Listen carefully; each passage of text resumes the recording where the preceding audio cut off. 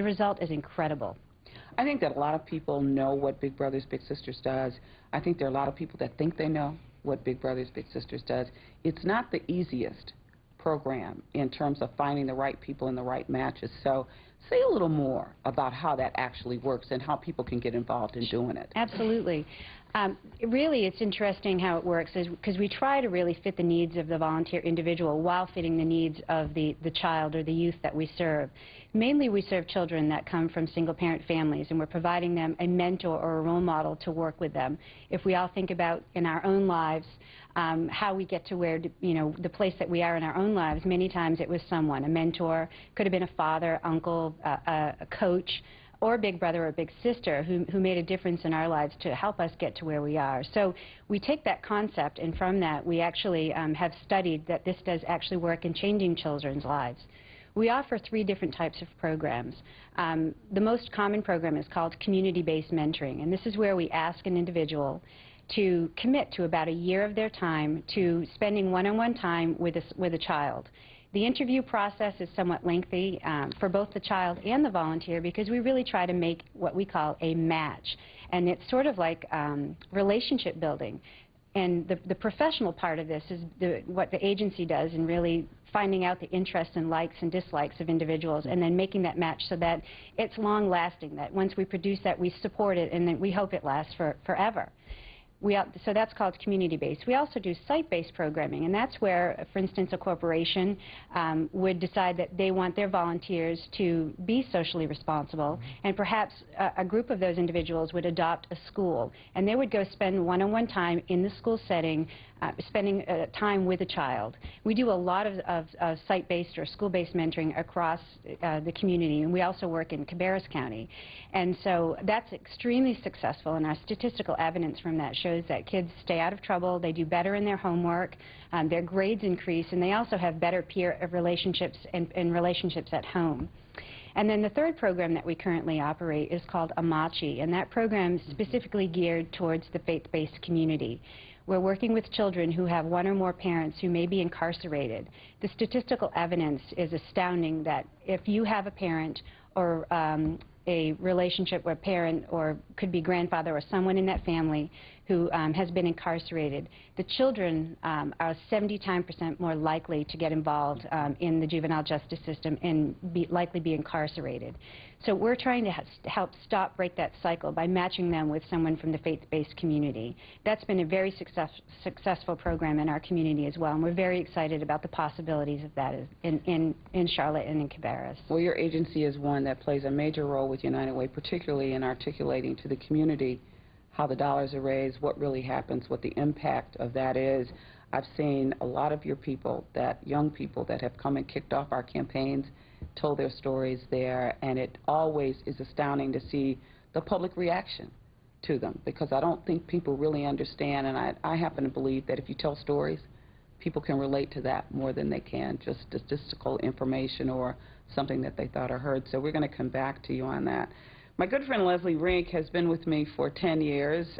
We were talking about that today. Time flies when you're having fun, but Leslie was working for Wachovia and running the United Way campaign over there, and so we were delighted when she came to work for United Way because she knew an awful lot about us before that. Leslie, you have an awesome role with us, and people might look at the Volunteer Center in one capacity, but it's actually a pretty multifaceted aspect of our organization, and I want you to really tell the public the different kinds of activities that go on in our Volunteer Center. Oh, I'd love to, Gloria. I know you would. A lot of people think about the Volunteer Center and they think about, like what Kurt was talking about earlier, about getting out and getting your hands dirty, and that's a big part of what we do. We work with a lot of corporate groups that can call us and say, hey, we've got 25 people, we've got 30 people, we've got 50, we've got 300. And we want to go out and we want to give back to the community. And it always excites me to get to work with groups like that because I give them that opportunity to see firsthand not only how their dollars are being reinvested back through United Way, but also how they can make a difference in the community and just learn what our needs are in the community and how they can give back. And I was talking with Sarah earlier about another program we do called Leading the Way. And Leading the Way class actually did a project with Big Brothers Big Sisters last year and helped them come up with some new slogans for their big sisters and their littles, that they call them, the children, and that said, you know, you've made them great. We can make them better by being a volunteer. And so that's Leading the Way program. It is a leadership development program. It's 6 months, January through June. And individuals can go online to our website, the United Way website, and sign up to be a part of that program each year. Leslie, how big is the alumni of that program? We have graduated over 300 people from Leading the Way. We've been delivering that program now for 12 years. And one of the neat things about it is, here again, you're always trying to find ways to connect people to what we do. We have 300 people who have gone through a 6-month program that's focused on United Way, focused on volunteerism. Hopefully we made some matches for those people that keep them involved. And then that's 300 people out there in the workplace who become goodwill ambassadors for us. And so it's been really a great program for. And the Alumni Association's been in full force for a couple of years now. Yes, so it launched in 2006. So we've been really happy to have that, to keep it going. Leslie, a lot of times I get calls from people who say to me, I would like to give back to the community, but I would also like to get my family involved in giving back. I have people who call me or ask me, how do they get children involved in volunteerism, and particularly people who have children that might be somewhat privileged children, and people want them to have a better look at what life really is about and what the realities might be of our community. How would you address that if a volunteer called you or a donor called and said, I'd like to get involved, but I'd also like to get my family involved? Yeah, and there's a lot of agencies that do welcome children with their families. Over the holidays, we had a lot of calls of parents wanting to do just that. They wanted their children to see how other children at the same age as their child aren't as fortunate. And we referred a lot of people over to the Christmas Bureau.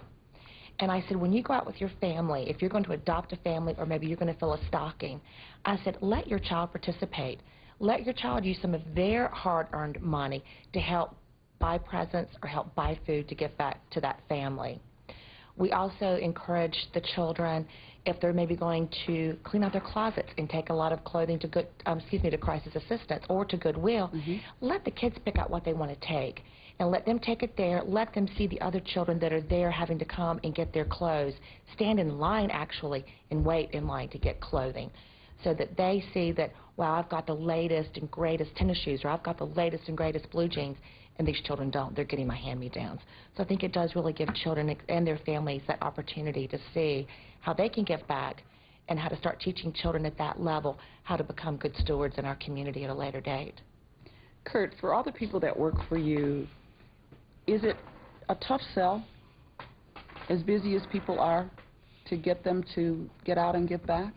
It's an interesting question, and it's probably like any group when you're trying to do anything. There's a 20, 30, 40% group that every time you ask, they're right there. There's a group in the middle that needs to understand the cause and where we're headed with this.